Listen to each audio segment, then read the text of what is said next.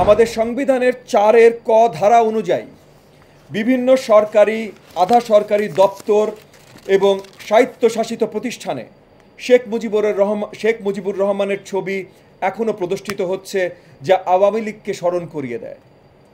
অবিলম্বে রাষ্ট্রপতির অধ্যাদেশ জারির মাধ্যমে সংবিধানের এই ধারাকে স্থগিত করতে হবে। নির্বাচনী মহাসড়কে উঠতে সরকারের ঠিক কতদিন সময় লাগবে? সংস্কারে গঠিত কমিশনগুলো কিভাবে স্টেক হোল্ডারদের মতামত গ্রহণ করবে?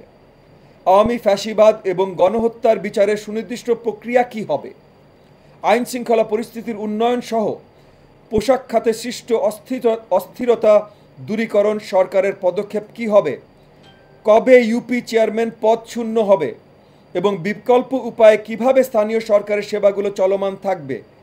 প্রধান উপদেষ্টার কার্যালয় সহ প্রশাসনে আওয়ামী দোসরদের কিভাবে অপসারণ করা হবে ইত্যাদি ব্যাপারে আমরা কোনো সদুত্তর এখনো পাই নাই।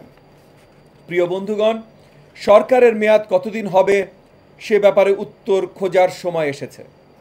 রাষ্ট্র সংস্কারে তাদের গৃহীত পদক্ষেপগুলো স্পষ্ট হলেই আমরা হয়তো সেই উত্তর পেয়ে যাব।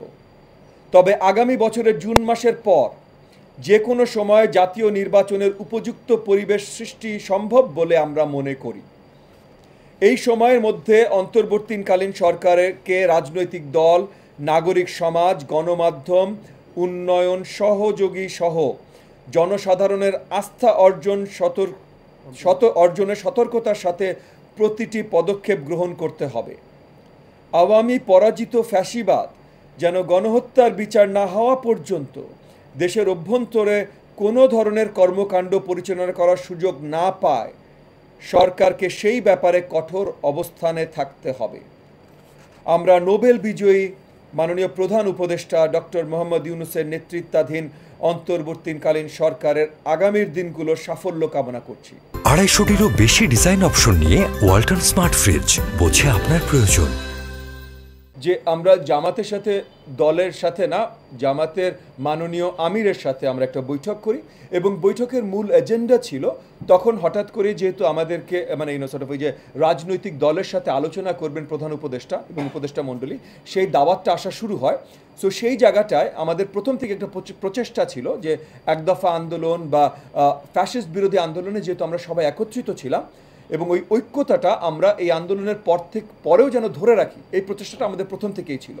সো অন্তর্বর্তীকালীন সরকারের সাথে আলোচনার সময় যেন আমরা সবাই এক সুরে কথা বলতে পারি, আমরা কি চাই, আমরা কি আশা করি এবং কিভাবে অন্তর্বর্তীকালীন সরকারের কার্যক্রম দেখতে চাই, সেগুলো বাংলাদেশ জামাত ইসলাম থেকে কিভাবে তাদেরকে জানাবেন, আমাদের সাথে বসলে আমরা কিভাবে জানাবো, সেইটার আলোচনা এবং যেন আমরা আলোচনার সময় একটা ঐক্যতার জায়গায় থাকতে পারি, সেইটাই ছিল আমাদের এজেন্ডা।